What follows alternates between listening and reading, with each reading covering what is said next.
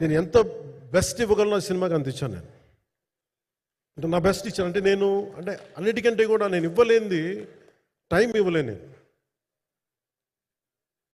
నేను. కానీ అలాంటి పరిస్థితుల్లో ఒక క్లైమాక్స్కి దాదాపు 57 రోజులు షూట్ చేయాల్సి వచ్చింది.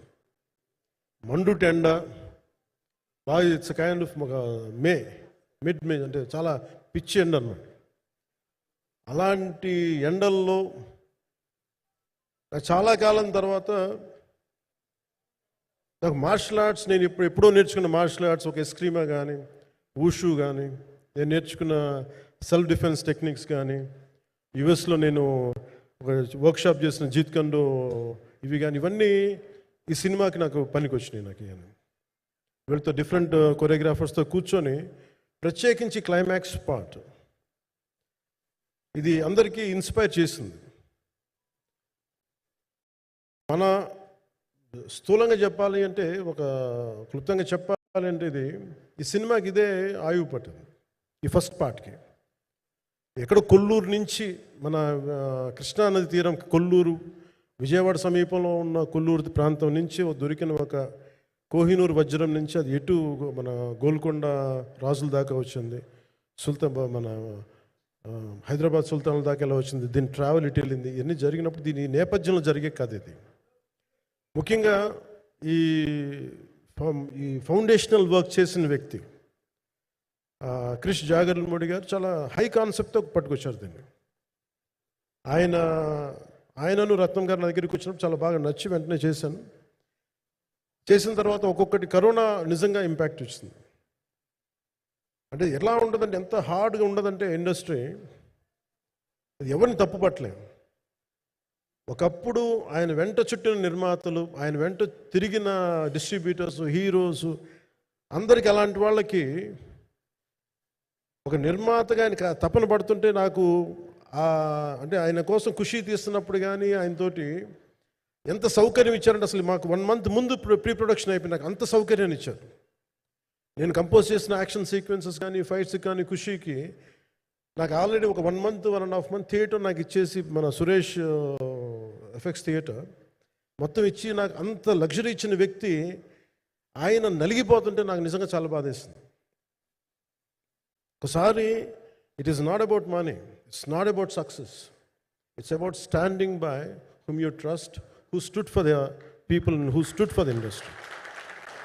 నాకు ఎందుకు ఇది మీతో పంచుకోవాలనిపించింది.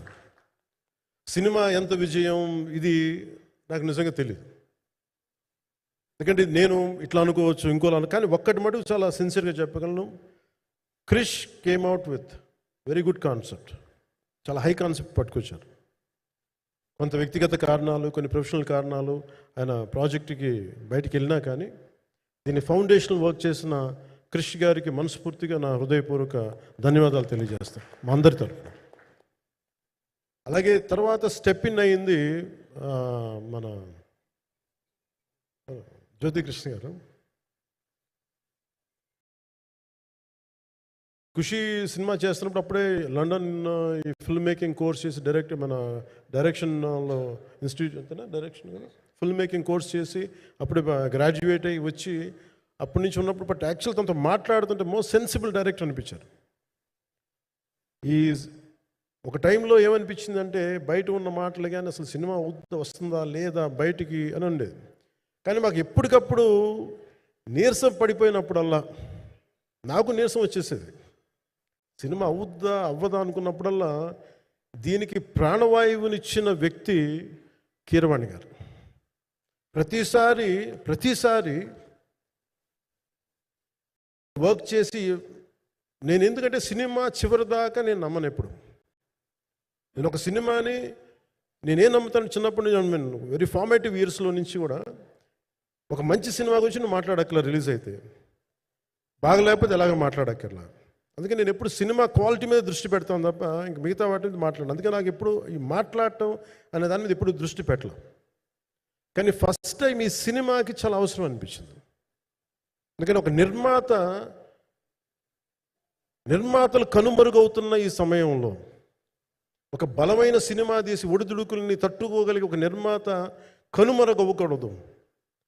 ఆయన పక్కన ఏది ఉండాలో అండగా ఉండాలని చెప్పేసి నేను అన్నీ వదిలి, ఇంత బిజీ షెడ్యూల్స్ అన్నీ వదిలేసి, ఒకవైపు నన్ను నా ప్రత్యర్థులు తిడుతున్నా కానీ, సినిమాలకి వెళ్ళిపోయిన తిడుతున్నా కానీ, ఇదేంటంటే నాకు అన్నం పెట్టింది ఇది, నాకు నా సినిమా పరిశ్రమ.